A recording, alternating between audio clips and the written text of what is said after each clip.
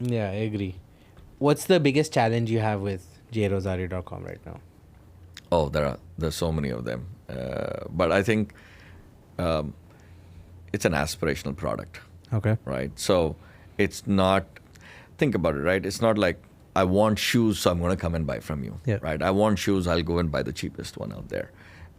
So that's one. Number two is this leads me into this whole idea of people traditionally just don't know enough. So education is a huge part. And what I mean by education enough is that most people who look at this say, oh, all these shoes look beautiful.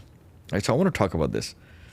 Did you know that of all of these shoes, this is the crappiest shoe? Yeah. And I purposely brought it for you. Is because the reason I say this is crappiest is for multiple reasons. But hey, the model looks good and all of that is because most people don't know, right? So I think our biggest challenge is educating the market about this. Because traditionally, if I want to go buy a pair of shoe, I'm just going to go spend $200, $300 at a store and buy a pair of shoe because it looks good, right? But the truth is that you could probably get something like this, which honestly, just to make this would have costed less than $20. Literally, no exaggeration, because I've seen these factories do that stuff. But this is just the crappiest quality of shoe that you could end up buying. So I think for us, being able to educate folks. Number two, I think because of the quality we're focused on producing, there has to be an interest for craftsmanship. Yeah. Because this, as I said, is a 10-step process to build this. This is 122 steps to build. This is craftsmanship. This is not craftsmanship. They look the same almost, right? So you really have to have a flair for craftsmanship to want to do that. And the third thing that I get asked this very often is, why would somebody want to pick up these shoes? And I said, you want to step back and think about it. It's very often, it doesn't lead with the shoe. It leads with who you are personally. And that has to come to this, it comes to this idea that, are you personally quality conscious? Like quality is subjective, right? But there's this basic bare minimum benchmark that says, I want to buy a shoe that's resolable. I want to buy a shoe that has decent leather quality. So I think it very often starts with the individual before you get to the shoe. Yeah. So those are some of the challenges for us to be able to identify people who are, hey, quality Also conscious. communicate that, right? Communicate that. You have to be drawn to craftsmanship. You have to be drawn to artistry, and not have and spend the same amount of money and get a crappy pair of shoe. Yeah. It's funny you say craftsmanship. So like I do a bunch of like leather. I know. stuff, right? I know. So I've gone to a lot of fairs where I'll see people with a stall. Okay. Right?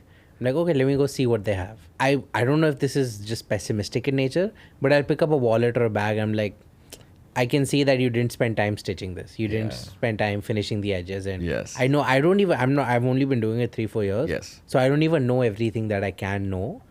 But I can tell that I know you did not spend time doing this, Yes. right? Like you just cut it, put it, and you're like, I need to go to a show. Yes. And I see, oh my God, it's handmade. It's so nice. I'm just like, Yeah. I know that I could do better. Yeah. Even if I spend very little time. Yes. But it's just the effort hasn't gone into finishing it, right?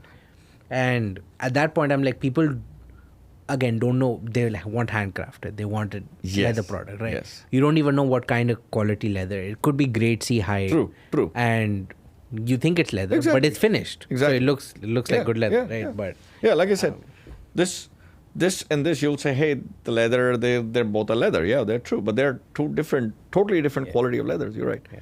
I think there is some truth to it. Not some truth. All of it is true in the sense, when you pay $200 odd for a pair of shoe, you get X. When you pay $500, you get Y. When you pay $2,000, you get Z, right? And you should also be prepared to say, hey, this is what I get, right? When you buy a $2,000 shoe, the level of finish that you get, the leather quality is much, much superior.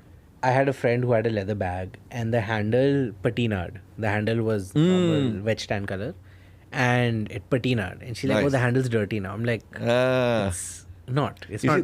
That's where education is, right? And like, there's a bunch of people on YouTube who'll get Louis Vuitton bag to switch out the handle because the handle's dirty.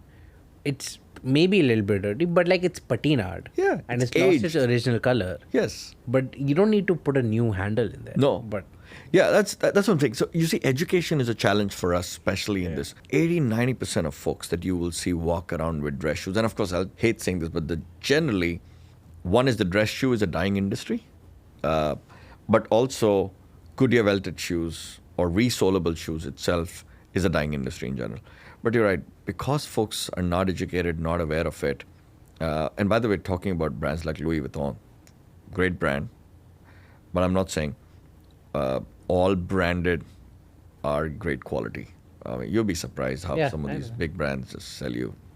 Like, I have access to same kind of leather that Louis Vuitton has. Yes. Like, I can go to the same tannery. Exactly. I can buy the same kind of leather, right? Yes. Maybe they do custom lines and custom colors and everything. Yeah. But the tannery manufacturing process is the same. Is the same.